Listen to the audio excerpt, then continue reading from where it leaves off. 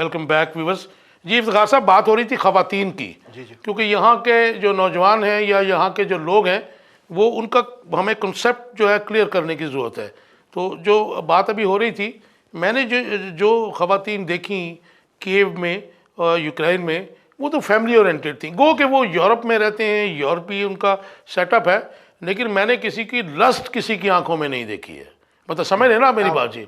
आपकी जो है ना, जो एज ए जर्नलिस्ट आपने बिल्कुल सही वो किया है। Family oriented. जी हाँ, फैमिली ओरिएंटेड। जी हाँ। क्योंकि अगर उनका किसी से अफेयर भी, मैं पूछता रहा ना एज ए जर्नलिस्ट भी, तो वो उन्होंने कहा कि जी हम अगर कोई रिलेशन भी रखती हैं तो शादी की कमिटमेंट से शादी के बाद ही, जी हाँ, उससे पहले हम ऑब्जर्व करते हैं एक दूसरे को। गो के we walk together, we live together, जाते आते भी हैं, सब कुछ है, लेकिन हम जो है मादर पितर आज़ाद नहीं है। जी हाँ, जी हाँ। तो मज़हब को अगर एक साइड पे हम रख देते हैं तो फिर तो बड़े आइडियल लोग नहीं है जी वो।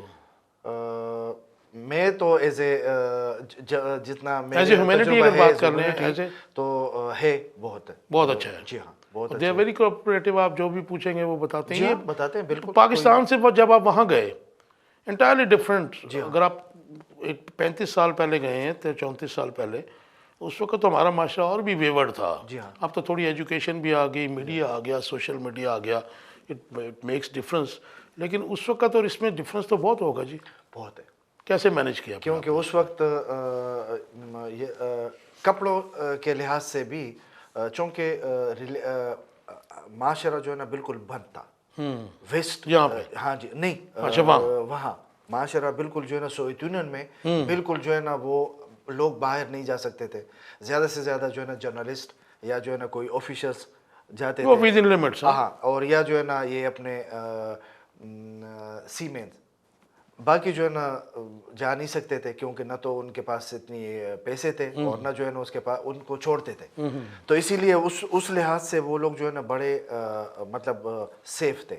अभी जो है ना चूँकि सबको इजाज़त है, हर एक आदमी जा सकता है, पैसे भी है उसके पास, वहाँ कपड़े भी खरीद सकते हैं। लेकिन तो यूक्रेनियन नेशनल्स को तो यूरोप और कहीं भी वीज़ा दे देते हैं वो लोग।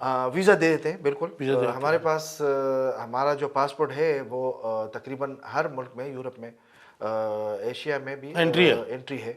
और 198 डेज, मतलब आप काम नहीं कर सकते, 6 माह रह सकते हैं ऑफिशियली, लेकिन आप जो है ना 3 महीने के लिए आप जा सकते हैं। बहुत से लोग तो काम करते हैं, बाहर से वापस आ जाते हैं। तो मैं बहुत से लोगों को जानता हूँ यूक्रेन। 3 महीने के बाद जो है ना आप फिर कोई जर्मनी में चला जाता है, 3 माह वापस आता है, फिर चला जाता है। अच्छा, मुझे ये बताइए कि जो पाकिस्तान और यूक्रेन के इस वक्त ताल्लुकात हैं वो कहाँ पे खड़े हुए हैं? बहुत महदूद है। महदूद है और पोटेंशियल हमारा बहुत है वहाँ पे, बहुत है। दोनों ममालिक के जो है ना रिलेशनशिप में पोटेंशियल बहुत है, लेकिन बदकिस्मती से इस तरफ या तो ध्यान नहीं है, और या तो प्रायोरिटी नहीं है, एक दूसरे के ऊपर प्रायोरिटी भी नहीं है, या जो है ना एक दूसरे के ऊपर एतबार नहीं है। वो एतबार चाहिए। वो एतबार के लिए जो है ना मेरी जो है ना ये जो अभी this country has a lot of, इसकी जियोग्राफिकली भी जो पोजीशन है बड़ी इंपॉर्टेंट है, जैसे हमारी है, बहुत इंपॉर्टेंट। ठीक है जी। जैसे अब अमेरिका सपोर्ट कर रहा है यूक्रेन को अगेंस्ट रशिया, आप देखें कॉन्फ्लिक्ट है क्रीमिया को लेके, ठीक है जी। और फिर अभी जो रिसेंट लड़ाई हुई है आर्मीनिया की और उसकी, क्योंकि रीजन तो वही बनता है ना जी, ब्लैक सी में खल वो उसको भी साथ टच होता है जी, अजरबैजान को। हाँ जी, तुर्की की तरफ से, टर्की है, उसमें फिर रशिया की इन्वॉल्वमेंट है। तो उस यहाँ पे कहाँ पे भूल हुई हमसे? हमने सबसे पहले तो उनको as a independent country accept भी किया, और हमारे डिफेंस एग्रीमेंट्स भी हैं उनके साथ, यूक्रेन के साथ बहुत ज़्यादा है ना जी। तो फिर ये जो बदतमादी की फ़ज़ा है, जो एक पाकिस्तानी अगर जाना चाहता है वहाँ पर, मतलब मैं एक जेन्युइन पाकिस्तानी की बात कर रहा हूँ, मैं किसी ऐसे बंदे की बात नहीं कर, जो स्किप करता है, जो पाकिस्तान के लिए बदनामी का बायस बनता है, या फिर स्टूडेंट, उसको मतलब इतनी ज़्यादा जो है रिस्ट्रेंट्स हैं, वो क्या वजह है, वो बताइए हमारे भी। मैं जिस तरह मैं समझता हूँ, एक तो एक दूसरे के ऊपर एतमाद नहीं है। एक हम जो है ना बहुत दूर है, हालांकि दूसरे मुल्क भी बहुत दूर है जी, हमारे साथ वाले कंट्री भी दूर हैं, लेकिन उसके साथ जो है ना उन लोगों के ताल्लुकात उसके साथ जो है ना बने हैं अच्छे। हमारे अच्छे होने के ताल्लुकात जो है ना वो सिर्फ और सिर्फ यही है कि हम जो है ना ज़्यादा से ज़्यादा जिस तरीके से आपके प्रोग्राम हैं, आपने जो है ना मैंने देखे हैं, आपके बेहतरीन कालम्स थे उसके ऊपर लिखे हुए, अगर ऐसी जो है ना हुई जिस तरीके से मेरी जो है ना आमद अभी जो ऑफिशियली मैं आया हूँ, मैं KPK में फूड मिनिस्टर से मिला हूँ, मैं KPK में सेनेटर साहब के साथ मिला हूँ, उनके साथ भी जो है ना मैंने इन चीज़ों के ऊपर बात की है। पार्लियामेंट्री जो रिलेशनशिप है वो भी बहुत ज़रूरी है, क्योंकि पार्लियामेंट्री फ्रेंडशिप जो है ना, जी हाँ, उसके ऊपर हमने काम किया है। आपके नाजरीन के लिए, आपके देखने वालों के लिए एक कहना चाहूँगा कि हमारी organization Ukrainian Pakistani society and friendship and business corporation ने ही ये कोशिश की 2019 में, और हमने एक इंटर पार्लियामेंट्री फ्रेंडशिप एक ग्रुप बनाई पार्लियामेंट यूक्रेन में, जिसका हेड है लियोनफ अलेक्से। ओके, वो जो है ना 6 मेंबर्स हैं उसमें पार्लियामेंट के, जी हाँ, यूक्रेन के। आई जी नो, हाँ, आई वाज देयर। जी हाँ, जी हाँ, आप जब उस कर वक्त- रहे थे सब। जी हाँ, तो यहाँ पर हमारे पाकिस्तान में भी है फ्रेंडशिप यूक्रेन के साथ, कौमी असेंबली में भी है जी। सेनेट में भी है, लेकिन वो एक्सचेंज डेलीगेशन वो नहीं हुआ है अभी तक। क्योंकि वो बिकॉज ऑफ मेरे ख्याल कोविड की वजह से आप जी हाँ, हो गए लेट जी ना हाँ, जी। कोविड के वजह से भी और इससे पहले भी, क्योंकि आयरलैंड के नेशनल असेंबली में इससे पहले ये बनी हुई है, पार्लियामेंट हमारी अभी बनी हुई है, मतलब 2 साल पहले, 1.5 साल पहले। तो इसीलिए मेरी कोशिश है। इंटरेस्ट की कमी भी है क्योंकि, और लैक ऑफ विजन भी हो सकता है ये पार्लियामेंटेरियंस का पाकिस्तानी।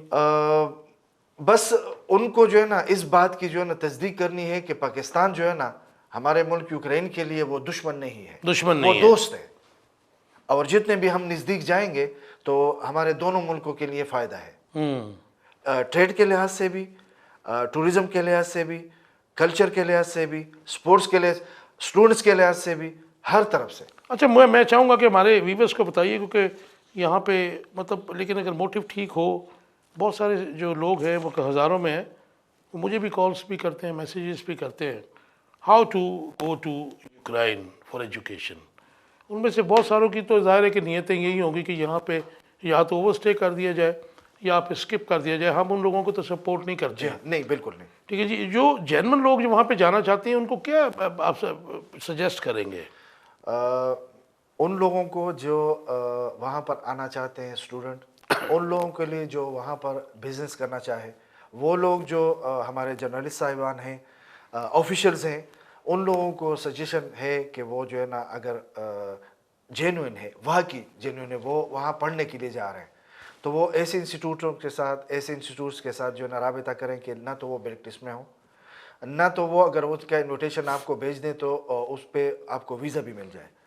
वीज़ा की रिक्वायरमेंट है, वो इन्विटेशन है, सिर्फ इन्विटेशन नहीं, बल्कि आपका जेन्युइन होना उसके लिए बहुत ज़रूरी है। आप जो है ना स्टूडेंट आपने FA पास किया है, FA के बाद जो है ना आपको तालीम में वहाँ पर शमूलियत मिल सकती है। इन्विटेशन आती है, इन्विटेशन के साथ साथ जो है ना वहाँ से गारंटी, मतलब आपकी गारंटी कि आप जो है ना यहाँ से जाएंगे, आप स्लिप नहीं करेंगे, वो वहाँ पे से देंगे, वो वहाँ यहाँ पर भी देंगे, वहाँ पर भी भी देंगे, ताकि जो है ना एम्बेसी के ऑफिशियल्स को इस बात की तस्दीक हो जाए। अच्छा, बहुत से मेरे दोस्त आपको पता वहाँ पे हैं, जी हाँ, वो मुझे बहुत दफ़ा कहते हैं कि हम, जैसे आप बेलॉस काम कर रहे हैं, जी हाँ, ठीक है जी, पाकिस्तान, क्योंकि आप मोटिव तो आपका ये है कि पाकिस्तानी प्रमोट हों। बिल्कुल। और भी बहुत सारे लोग हैं वो कहते हैं कि जी आप यहाँ पे जो स्टूडेंट्स हैं उनको कहें तो हम उनको यहाँ से ये सारा कुछ भेजते हैं। लेकिन होता ये है कि ये यहाँ पे भी और वहाँ पे भी बैठे हुए हैं कुछ लोग, यूक्रेनियन भी हैं, आई नो, पाकिस्तानी भी वहाँ बैठे हुए हैं, वो डिट्रैक्ट करते हैं इनको। यूक्रेनियन तो इतने नहीं, अगर 1-2 हों तो शायद पाकिस्तानी है ज़्यादा, और बदकिस्मती से यही है कि वो लोग वीज़ा वो तो भेज देते हैं, गारंटी मांगते हैं, आप जो है ना हमें इन्विटेशन के पैसे भेज दीजिएगा, फिर $500 भेज दीजिएगा, फिर $1000 भेज दीजिएगा। वो पैसे जो है ना वो नहीं चले जाते हैं इंस्टीट्यूट में, वहाँ नहीं जमा कराए, नहीं जमा होते हैं। उसको जो है ना जब बुलाते हैं तो फिर उसके लिए फिर कोशिश करते हैं कि किसी तरीके से वो जब इमिग्रेशन डिपार्टमेंट में आ जाए, वहाँ पर एयरपोर्ट पे, तो वो जो है ना उससे किसी तरीके से जो है ना पैसे कमाए जाए। बेईमानी हो गई। जी हाँ, बेईमानी हो गई। तो ये जो है ना, ये काम अगर इंस्टीट्यूट वाले बुलाते हैं तो इंस्टीट्यूट वाले ही आने चाहिए, ताकि जो है ना वो उसको मैं एक से आपसे सवाल करना चाह रहा हूँ, बहुत से ऐसे यंगस्टर्स हैं, हम भी चाहते हैं हमारी नेशन के जो लोग हैं आगे बढ़ें, पॉजिटिवली वहाँ पढ़ें, अच्छी एजुकेशन भी लें।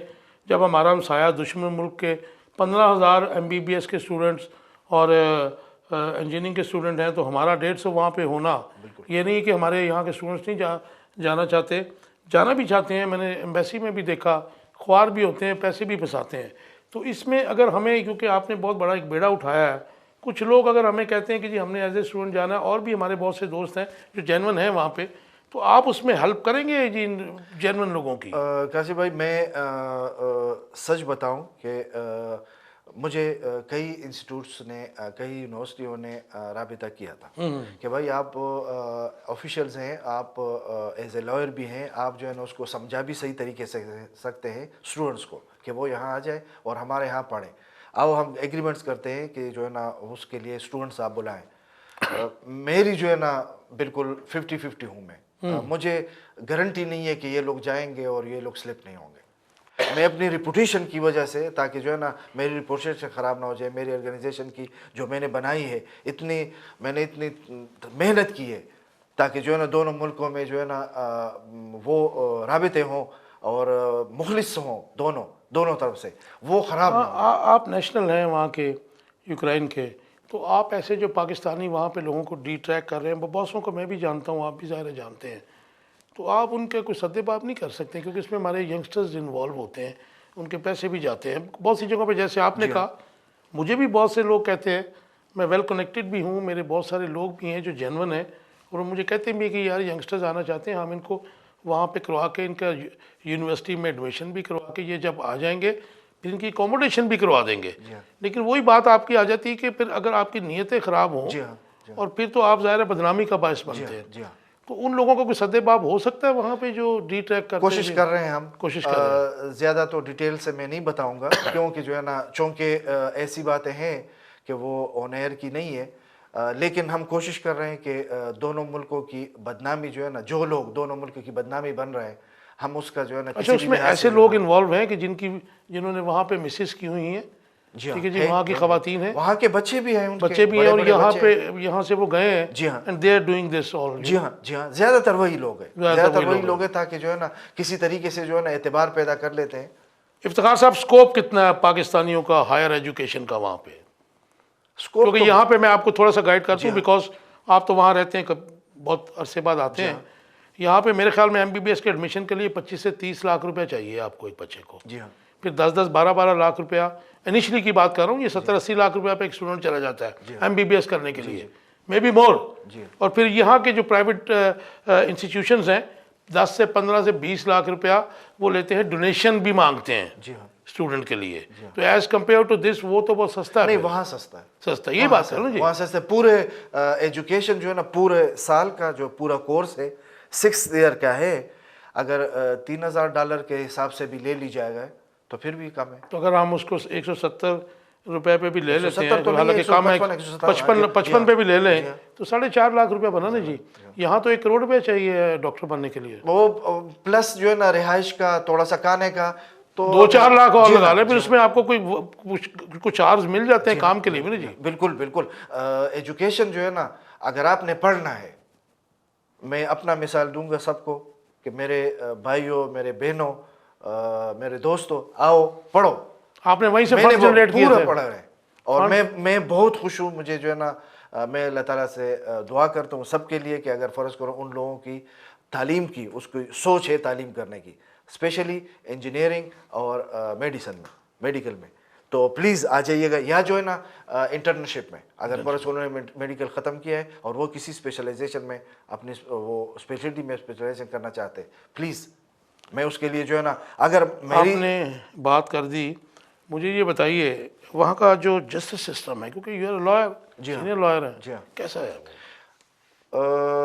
कंपेयर करना मेरे लिए नहीं, मुश्किल हम कंपेयर नहीं करते, लेकिन मैं हम नहीं करना चाहता हूं, क्योंकि जो है ना लेकिन उन्हें कहीं हमारे सुनने वाले ये जुम ना करे कि हम हर वक्त पाकिस्तान नहीं के नहीं, साथ हम बुराई नहीं compare कर रहे, जी हाँ, हम जी उनके हाँ, सोशल जस्टिस जी सिस्टम हाँ, की बात कर रहे हैं। है अच्छा है। लेकिन उन्हें वहां भी है, करप्शन है जो जुडिशरी में, कि नहीं? हर जगह है, हर जगह हर जगह, इसलिए रेशो कम है, हर रेशो कम है, रेशो कम काफी है। कम है। पुलिस का रोल बताइए वहां पे क्या है जी? पुलिस का आखिरी वक्तों में पुलिस का रोल सही है। इतना हम एज ए लॉयर मैं और ज़्यादा चाहता कि अच्छा होता, अच्छा, लेकिन कम से कम ये भी है तो ये भी अच्छा है। मैं जवान 15 दिन रहा, नौजवान मैंने है। पुलिस वाले बहुत कम देखे जी वहाँ हाँ, पे। नौजवान है, बस उनकी तनख्वाहें भी बहुत ज़्यादा हो गई है। अच्छा, हाँ जी, तनख्वाहें भी ज़्यादा, और सब सारा very good uniform, blue colour का सारा यूनिफॉर्म, कंप्यूटराइज है, सारा कंप्यूटर। पूरा सब। अब कैमरे वगैरह लगे हुए हैं, रोड पे कैमरे लगे हुए हैं। इस पे बात करते हैं जी कमर्शियल ब्रेक के बाद, लास्ट फेज में बात करेंगे। वी स्टे ट्यून्ड, मिलते हैं शॉर्ट कमर्शियल ब्रेक के बाद।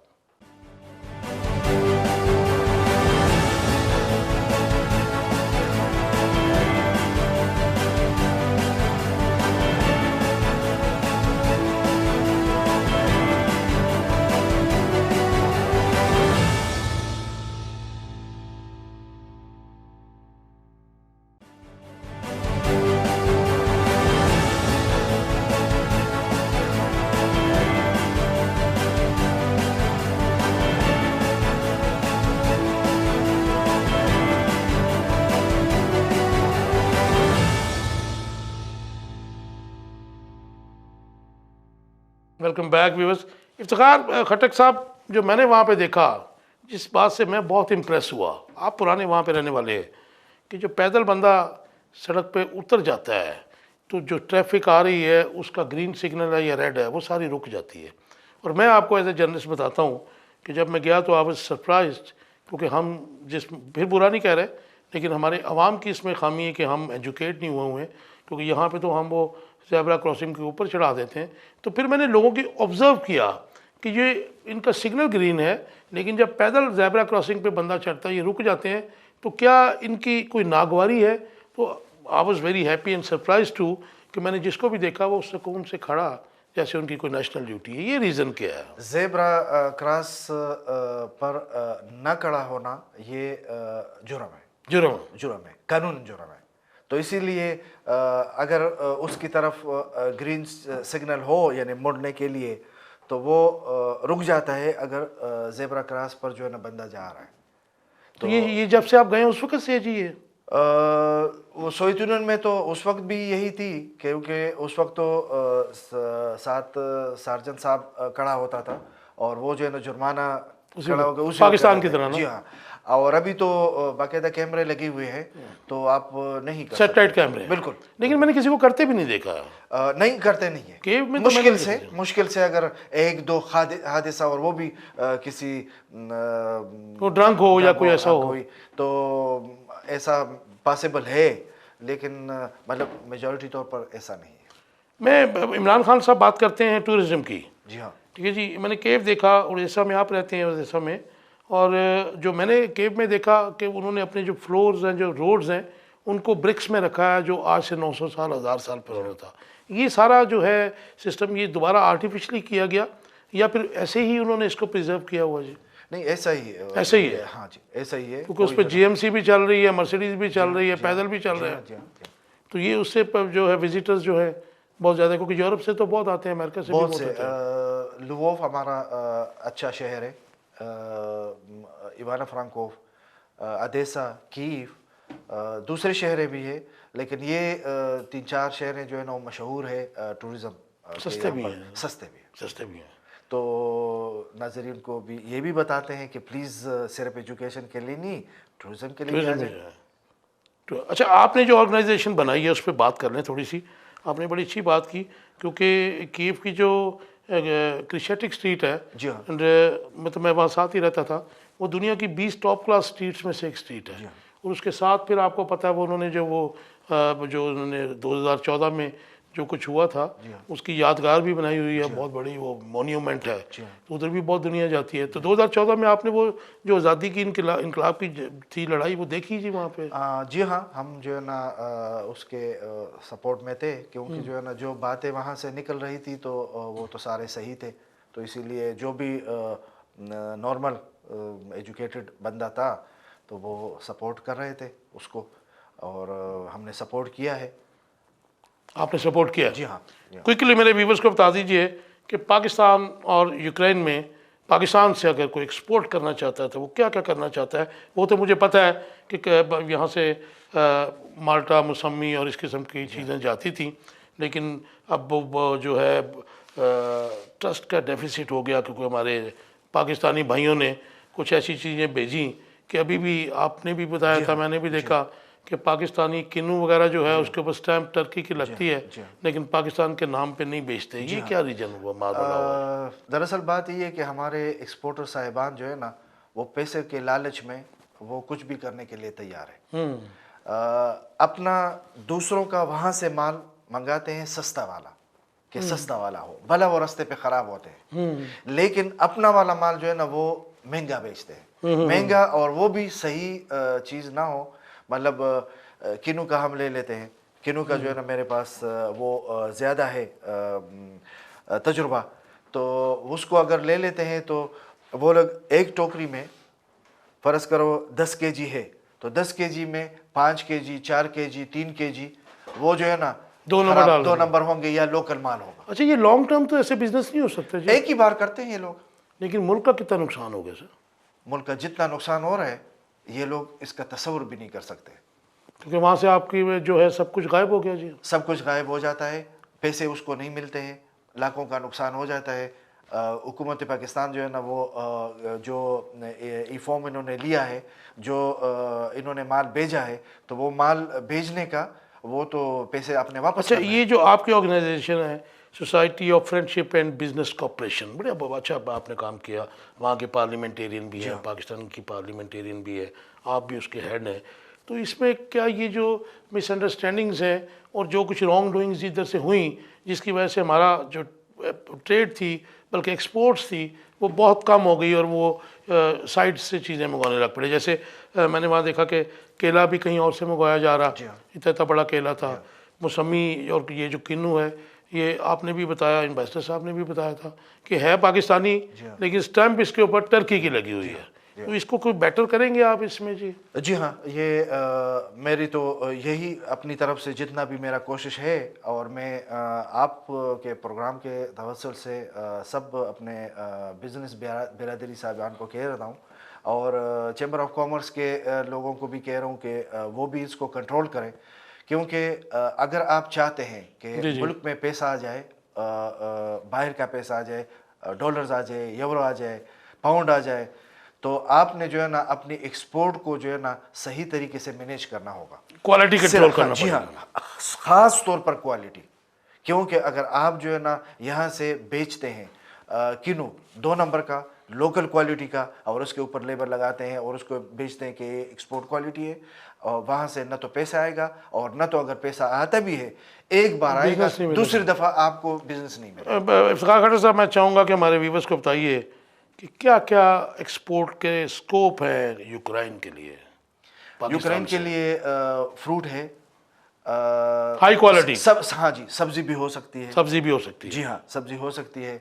नमक है हमारे पास, कपड़ा है, लेकिन अगर कपड़े में हम धागे का बिजनेस करें, यानी मतलब एक वहाँ पर जॉइंट बिजनेस बनाएं, और उसी में जो है ना अगर हम वहाँ पर कोई कारखाना लगाए जॉइंट, और यहाँ से धागा एक्सपोर्ट करें और वहाँ पर कपड़ा बनाए, या जो है ना बेडशीट बनाए और उसको यूरोप में भेजे, तो वो ज़्यादा फ़ायदेमंद है। बजाय लोकल वहाँ पे ये हो रहा है काम जी? जी हाँ, हो रहा है। अगर हम जो है ना इस बात की तरफ हमारे मैं तो अपने पार्लियामेंटेरियन साहिबान को कहता हूँ, यूक्रेन के पार्लियामेंटेरियन साहिबान को और पाकिस्तान के पार्लियामेंटेरियन साहिबान को, जो स्पेशली जो उस ग्रुप में है जो फ्रेंडशिप है यूक्रेनियन के साथ, नेशनल असेंबली में भी और सेनेट में भी, कि प्लीज़ आप लोग जो है ना विज़िट करें, और इन चीज़ों के ऊपर जो है ना मेरी हर वक्त आप लोगों के साथ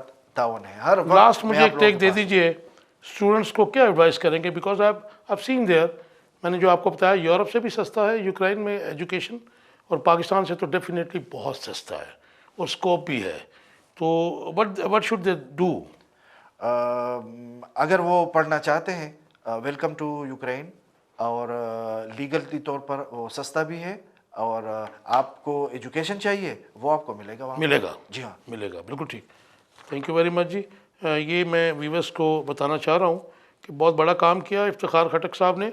ये एक आज अभी जो ये पाकिस्तान आए हैं तो इन्होंने ये इनकी एक शील्ड है, ये एक सर्टिफिकेट है जो ऑर्गेनाइजेशन इन्होंने बनाई है, और ये पहली ऑर्गेनाइजेशन है, कोई और ऑर्गेनाइजेशन नहीं है यूक्रेन में या पाकिस्तान में।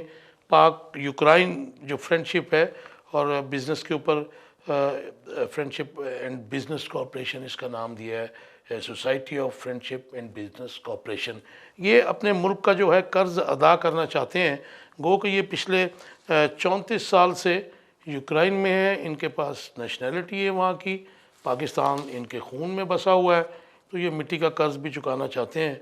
तो आप लोगों को भी इनको फॉलो करना होगा। उम्मीद है आपको ये प्रोग्राम पसंद आया होगा। मैं आपके फीडबैक का इंतज़ार रहेगा। अपना बहुत सा ख्याल रखिएगा। अल्लाह हाफिज़।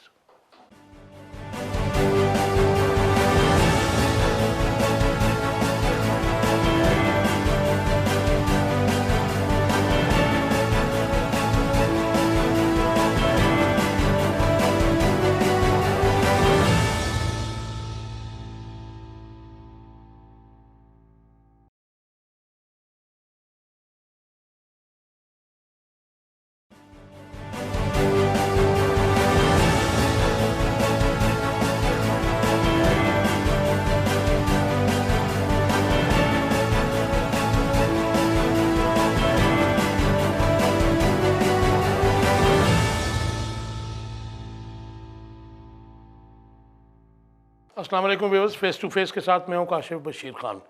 व्यूअर्स, आज हमारे मेहमान हैं इफ्तिखार अहमद खटक साहब। यूँ तो इनका ताल्लुक़ जो है वो KPK से है, लेकिन पिछले 3 दिहाइयों से ये यूक्रेन में है, और यूक्रेन और पाकिस्तान को करीब लाने के लिए इन्होंने बहुत सी कोशिशें की हैं। By profession he is a lawyer, ये वहाँ पे काम भी करते हैं। इनके पास नेशनलिटी भी है, इनके मिसेज़ और इनके बच्चे भी वहाँ के नेशनल हैं। लेकिन जैसे अभी मुझे ये प्रोग्राम से पहले बता रहे थे कि इनके खून जो है, खून पाकिस्तान के लिए गर्दिश करता है, और दिल आज भी जो है पाकिस्तान के साथ धड़कता है। इन्होंने एक सोसाइटी बनाई है, society of friendship and business corporation. ये यूक्रेनियन पाकिस्तानी इसका भी नाम इन्होंने रखा है, society of friendship and business corporation. तो आज हम इनसे बात करेंगे, इनसे पूछेंगे ये कब गए वहाँ पे और जो प्रॉब्लम्स आ रही हैं। क्योंकि एक चीज़ मैं बताना चाहूँगा कि यूक्रेन में एजुकेशन लेवल बहुत हाई है और कंपैरेटिवली यूरोप से सस्ता भी है, लेकिन पाकिस्तानी जो स्टूडेंट्स हैं उनको एंट्री नहीं मिलती। Where as if we compare it with India, तो इंडिया के अगर वो 15,000 स्टूडेंट है तो अनफॉर्चुनेटली पाकिस्तान के MBBS के और इंजीनियरिंग के हार्डली 150 स्टूडेंट्स हैं वहाँ पे। प्रॉब्लम ये है कि उनको वीज़ा जो है वो नहीं मिलता है, या फिर उनको सेंस नहीं है वीज़े की, या फिर वो 2 नंबर तरीका जो है वो यूज़ करते हैं यूक्रेन जाने के लिए। यूक्रेन जो कि यूरोप का सबसे बड़ा मुल्क है टेरिटोरियल वाइज, अगर हम देखते हैं रूस के साथ भी मिलता है। ये 1994 में अलहदा हुआ सोवियत यूनियन से, and now it's the biggest country of Europe. Pakistan के दोस्तों में शुमार होता है, क्योंकि बहुत सी टेक्नोलॉजी जो है हम उनसे भी लेते हैं और कुछ चीज़ें हम उन्हें देते हैं डिफेंस पॉइंट ऑफ व्यू से। वो चीज़ें जो हैं, वो जो कारनामे हैं, वो जो इनका रिलेशन है डिफेंस का, वो हम इस प्रोग्राम में डिस्कस नहीं कर सकते ड्यू टू सिक्योरिटी रीजंस। तो इफ्तिखार साहब, वेलकम टू द शो। अस्सलाम वालेकुम। जी वालेकुम अस्सलाम। मैं चाहूँगा क्विकली ज़रा बताइए कि आप कौन सी ईयर में यूक्रेन गए? 86 में। 86 में गए? जी हाँ। It was part of Soviet Union? जी हाँ। तो आप एज ए स्टूडेंट गए जी वहाँ पे? जी हाँ, मैं एज ए स्टूडेंट गया था। अच्छा। और पढ़ने के लिए गया था। मैंने पहले साल में 86-87 में मैंने प्रिपरेटरी कोर्स किया, लैंग्वेज कोर्स किया। उसके बाद मैंने LLB में दाखिला ले लिया वहाँ पे? जी हाँ। तो फिर मैंने 93 में पूरा कोर्स किया, यानी LLB फिर LLM। उसके बाद मैंने ज्वाइन किया PhD, और 97 में PhD का कोर्स ख़त्म किया। अभी जो है ना कोशिश कर रहा हूँ कि जितने भी आपने प्रोग्राम में बता दिया था कि कोशिश कर रहा हूँ जितनी मेरी हो सकती है, और मैं उससे बढ़ के भी करूँगा। अच्छा, जिस ज़माने में आप गए 86-87 में, उस ज़माने में तो शजर ममनू समझा जाता था यूरोप जाना, इफ यू रिमेंबर। जी हाँ। सुरखा कहा जाता था, कम्युनिज्म का दौर था, जी हाँ। गो के ढल रहा था। जी हाँ। लेकिन वो जाहिर है कि 91 में जाके कम्युनिज्म का जोर टूटा, सोवियत यूनियन टूटी। तो उस वक्त का जो ये यूक्रेन था वो क्या था? वो एक स्टेट थी सोवियत रशिया यूनियन की, सोवियत यूनियन। सोवियत यूनियन की 15 स्टेटों में से एक स्टेट थी। अच्छी खासी अमीर स्टेट थी।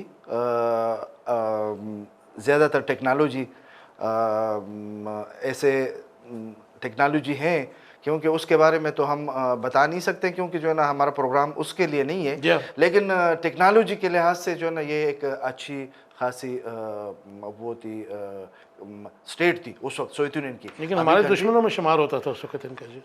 दुश्मनों में तो शुमार करते थे Soviet Union as a whole.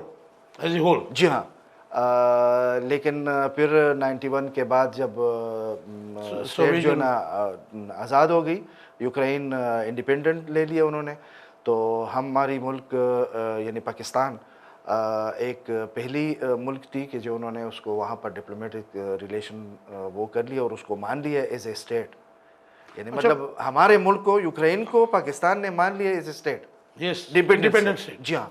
मैं चाहूँगा हमारे व्यूवर्स को बताइए कि ये सराउंडेड बाय, ये जो इसकी मेलो वकू है जी हाँ। सोवियत, इसका यूक्रेन का, वो क्या है, कहाँ से क्या क्या लगता है? क्योंकि एक साइड पे इसके रोमानिया भी लगता है, रशिया भी लगता है, जी हाँ। बेलारूस भी लगता है जी, बेलारूस भी लगता है, पोलैंड भी लगता है। पोलैंड साथ लगता है। जी हाँ।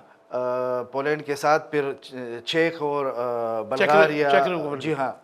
आगे बल्गारिया। रोमानिया। जी हाँ। रोमानिया। अदेसा में जो है ना, अदेसा एक सिटी है, पोर्ट सिटी है, जिसमें 3 पोर्ट्स हैं। एक अदेसा पोर्ट, ब्लैक सी। यूजनी पोर्ट। जी हाँ। और तीसरा पोर्ट उसको कहते थे पहले एलिचोस्क पोर्ट, अभी उसको बोलते हैं चर्नामोर्स्क पोर्ट। जी हाँ।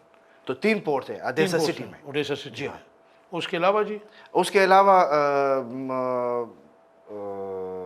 इर्द गिर्द जो मुल्क हैं वो रशिया भी तो लगता है। रशिया तो उस तरफ। जी हाँ। जहाँ पर अभी हमारे जहाँ पर क्रीम नहीं, दनबास, जहाँ पर दनिस्क और लुगांस्क है, वो भी टेरिटोरी यूक्रेन की हैं, जो कि अभी हमारे अंडर नहीं है, मतलब यूक्रेन के अंडर नहीं है। कॉन्फ्लिक्ट है ना जी? जी हाँ, कॉन्फ्लिक्ट है। और उसको पकड़, मतलब यूक्रेन जो है ना उन लोगों को नहीं मानते कि मतलब वो लोगों को नहीं मानते जिन लोगों ने उसको कब्जा किया है। जी हाँ। रेजिलिएंट लोग हैं यूक्रेन के जी, मतलब जो जंगजू लोग हैं। जंगजू तो नहीं है, लेकिन अपने मुल्क के लिए जो है ना वो किसी भी क्योंकि हद तक हिस्ट्री भी तैयार तो है। कुछ 400 साल 500 साल पुरानी चल रही है जी हाँ। इस पूरे रीजन की। जी हाँ। इस पूरे रीजन की। जी हाँ। और मेरे ख्याल में यूक्रेन इतना बड़ा मुल्क है कि जो यूएसएसआर से अलग होने वाली स्टेट्स में, जहाँ जो मुस्लिम स्टेट नहीं है, जी हाँ, मतलब ऑर्थोडॉक्स और क्रिश्चियंस, मतलब वहाँ पे है ना। जी हाँ। आपने उस वक्त का जो केव सिटी में आपसे बात कर रहा हूँ, केव सिटी और आपका केव सिटी, कितना डिफरेंस था देखा? बहुत है। उस वक्त तो ये रोड भी नहीं थे। ये तो 2012 जब फुटबॉल का वर्ल्ड कप जो है ना डिवाइड हुआ था यूक्रेन और पोलैंड के दरमियान में, तो उस वक्त ये रोड भी बने। और अभी काफ़ी जो है ना आबादी बढ़ गई है, रोड भी बने, मकानात भी बने हैं, लोग भी चेंज है, लोग भी वही नहीं है। But they are sweet people. जी हाँ। मतलब इन अ सेंस के, मतलब अगर आप बात करें, क्योंकि you know I been there, तो किसी को भी आप रोक के कुछ पूछते हैं तो दे आर वेरी कोऑपरेटिव। कभी आपको जो है ना कोई गलत आपके बारे में उसका तासुर नहीं होगा। यूक्रेनियन लोग पीसफुल लोग हैं, अमन पसंद लोग हैं। लेकिन जब अपने मुल्क की बारी आती है, अपने ज़ुबान की बारी आती है, अपने टेरिटोरी की बारी आती है, तो किसी से कम नहीं है कि वो अपने कंट्री को डिफेंस करे। अच्छा, मुझे ये बताइए कि जो मोस्टली लैंग्वेजेस वहाँ पे यूज़ की जाती हैं, बोली जाती हैं, वो कौन सी हैं जी? यूक्रेनियन है, मोस्टली। हाँ जी। रशियन है, बल्गारियन है, रोमानियन है, मोल्दोवन है, दूसरे भी है बहुत से छोटे। ये यूक्रेनियन और रशियन ऑलमोस्ट सेम नहीं है जी लैंग्वेज? नहीं, सेम नहीं है, ये जी हाँ, डिफरेंट है। कुछ मिलता नहीं इनका, जैसे उर्दू और पंजाबी का हमारा कह लें आप। अगर कहीं मिलते होंगे, लेकिन ज़्यादातर नहीं। तो शुरू में जब आपने लैंग्वेज नहीं सीखी थी 86-7 में, तो क्या करते थे आप? क्योंकि मैंने वहाँ देखा कि अभी भी लोग जो है अपनी लोकल लैंग्वेज उनको ज़्यादा आती है, they prefer to speak Ukrainian. English बहुत कम लोगों को अभी भी आती है। स्टार्ट में तो हमारे लिए प्रॉब्लम थी काशिफ भाई। बात उस वक्त तो हम बच्चों को जब देखते थे, वो जब बातें करते थे, हमें बहुत खुश होते थे हम, यार ये से बातें कर रहे हैं, हालांकि ये तो इनका लैंग्वेज है। तो इवन यही कि अगर हम लेटर भी लिखते थे घर यहाँ पाकिस्तान वालिद लोगों को, भाई बहनों को, तो वो लेटर में जो है ना हमारे से बहुत गलतियाँ होती थी, चूँकि ये इंग्लिश नहीं है और इंग्लिश के बहुत से ऐसे वर्ड्स हैं कि वो उल्टा लिखी जाती हैं। तो हम जब लिखते थे तो हमें जो है ना वो इंग्लिश के वर्ड में जो है ना हम रशियन वर्ड भी इस्तेमाल करते थे, वो भी लिखाई में, because you were in learning process. जी हाँ, जी हाँ। तो इसीलिए उसमें भी जो है ना गलतियाँ आती थी। तो हमें 2-4 दफ़ा 5 दफ़ा ऐसा हुआ था कि हम जो है ना वो लिफाफे को वो मिसयूज़ हो जाता था, हम उसको जो है ना फिर पाटते थे, हम दूसरे ख़रीद लेते, उसके ऊपर लिखते थे। ज़ुबान जो है ना मुश्किल तो नहीं है, रशियन उस वक्त, अभी जो यूक्रेनियन है, यूक्रेनियन ज़ुबान बहुत खूबसूरत ज़ुबान है। अगर उसको आप प्रॉपर तरीके से, सही तरीके से जो है ना अगर उसको आदमी समझे, ऐसा है कि जिस तरीके से आदमी जो है ना नगमा या जो है ना कोई नज़म गा रहा है, स्वीट जो है ना स्वीट ज़ुबान है। मतलब people are also very sweet. जी हाँ। तो मेरी तो ख्वाहिश है कि मैं पूरे पाकिस्तान को बुलाऊं अपने मुल्क में, यूक्रेन में, और उसको जो है ना शेयर करवाऊं कि वो लोग आ जाए। शुरू में आपके इशारों से फिर बात करते थे, कैसे करते थे? वो जो है ना चूँकि ग्रामर के जो है ना वहाँ पर 8 ग्रामर 7 ग्रामर हैं, तो हमारे जो है ना प्लस, क्योंकि जब आप गए उस वक्त तो ये ट्रांसलेटर भी नहीं था, सर भी नहीं था। 10 हम उसको कहते थे कि भाई हमारे लिए जो है ना ग्रामर में वो अल्फ़ाबेट नहीं, वो ग्रामर का जो वो है पार्ट्स है, तो वो 7-8 नहीं है, वो हमारे लिए 10 है। क्यों 10 है? एक हम इशारों की वो ये वो हम ऐसे दिखाते थे अगर कोई चीज़ ख़रीदते थे या कहीं जाते थे कि ये हमें पसंद है, और या जो है ना हम उस ज़ुबान में बातें कर रहे थे तो बिल्कुल बग़ैर ग्रामर के। तो इसीलिए हम कहते थे कि फ़ॉरेनर्स के लिए, जो फ़ॉरेनर वहाँ पढ़ते थे उस वक्त, उसके लिए ग्रामर के जो डिवाइडेशन थी, मतलब 7 नहीं बल्कि वो 10 है, क्योंकि ये 10 है 2 इशारों और दूसरा जो बिल्कुल आप गूंगे हैं। अच्छा, मुझे ये बताइए इफ्तिखार साहब, आप जो पाकिस्तानी स्टूडेंट्स यहाँ से गए या जाना चाहते हैं, उनको क्या प्रॉब्लम वहाँ पे आएगी रिगार्डिंग लैंग्वेज? लैंग्वेज तो ज़्यादातर तो नहीं, मतलब कहीं किसी सिटीज़ में है, इंग्लिश में भी है। इंग्लिश में भी है? जी हाँ, और फ्रेंच में भी है। जी हाँ, फ्रेंच में भी है। लेकिन यूक्रेनियन लैंग्वेज अगर प्रॉपर तरीके से आदमी जो है ना सीख ले तो मुश्किल नहीं है। कितनी देर में मतलब आप इस काबिल हो जाते हैं कि आप कर 7-8 महीने में, 10 महीने में जो है ना, डिपेंड्स अपॉन, हमें उस वक्त जो उन लोगों का शायद वो तजुर्बा था, या जो है ना वो लोग इस तरह हमें मतलब माइल करते थे कि टीचर जो है ना ज़्यादातर होते थे वो लेडीज़। अच्छा। और लेडीज़ इसीलिए कि मर्द जब ज़ुबान सीखता है या जो है ना कोई वर्ड सीखने की कोशिश करता है तो उसे थोड़ी सी शर्मिंदगी होती है कि या वो औरत से जो है ना मतलब वो फिर ज़्यादा दिल लगाता है, वो ज़्यादा उसमें जो है ना वो आते हैं। और प्लस उसके साथ जो है ना वो लोग लिंगाफोन, यानी मतलब हेडफोन लगाते थे, तो वो थोड़ा सा ज़्यादा आदमी के दिमाग में बजाए कि आपको जो है ना क्या। जी हाँ, तो वो ज़्यादा जो उस वक्त तो ये इस्तेमाल। अच्छा इफ्तिखार साहब, क्योंकि एशिया के यूरोप का सबसे बड़ा मुल्क यूक्रेन, गो के यूरोपीय यूनियन में नहीं है, even then it has its own birth, ठीक है जी, it was a part of Soviet Union, और अभी भी गैस वगैस जो है नेचुरल जो रिसोर्सेज हैं उसमें भी इसमें बहुत बड़ा इनका है ख़जाना इनके पास है, यूरोप में गैस भी देते हैं ये लोग। तो ये एक कंसेप्ट जो यहाँ के लोगों का है या और भी थर्ड वर्ल्ड कंट्रीज़ का है, जो उनकी ख़वातीन के बारे में है, यूरोप की या Russian, because Russians are very pretty you know, तो ये कंसेप्ट ज़रा क्लियर कीजिएगा कि वहाँ की ख़वातीन कैसी हैं। ये this question is for the knowledge of general people, you know.